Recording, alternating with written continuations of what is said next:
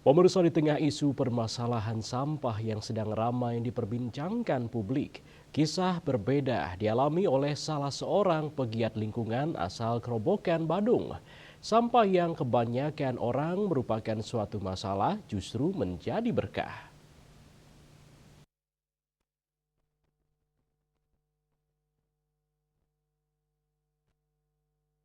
Dokter Yoga mengaku sudah sejak 7 tahun yang lalu melakukan pengelolaan sampah berbasis sumber dengan menggunakan tebe modern. Sistem tebe modern yang dimilikinya sedikit berbeda dengan tebe modern pada umumnya. Biasanya tebe modern ditutup dengan beton dan berbentuk bulat.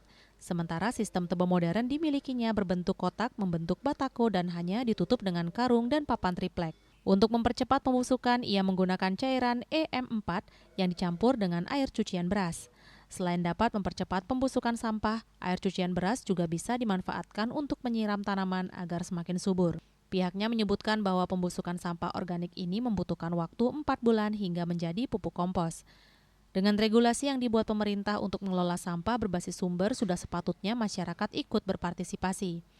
Regulasi tanpa adanya partisipasi tidak akan bisa berjalan maksimal. Jadi intinya pemerintah membuat regulasi, kita juga sebagai masyarakat harus ikut berpartisipasi. Karena kan regulasi tanpa adanya partisipasi pemerintah itu tidak akan berjalan. Jadi pemerintah menjalankan tugasnya, kita juga sebagai masyarakat istilahnya kan ikut membantu walaupun dalam skala kecil seperti ini. Dirinya mengaku tidak ada masalah dengan ditutupnya TPA Suwung. Pasalnya tebe modern ini sudah dijalankan sejak 7 tahun yang lalu, meskipun masih menggunakan jasa sampah, namun pihaknya menjamin bahwa yang diambil hanya sampah anorganik. Jadi kalau dari kami sebenarnya sih tidak ada masalah. Karena kenapa? Karena kami sudah melakukan pemilahan sampah ini jauh-jauh sebelum program pemerintah itu. Kita sudah lakukan sejak 7 tahun yang lalu. Cuman kalau tentang terkait ayamnya itu kita baru lakukan dari 8 bulan yang lalu.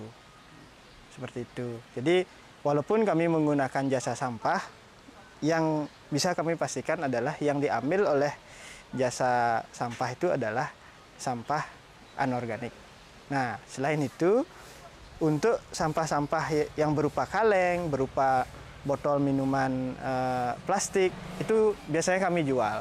Dan hasil penjualan botol-botol itu kita pergunakan untuk membeli sapu dan segala peralatan alat kebersihan. Seperti itu. Andika, Bali TV.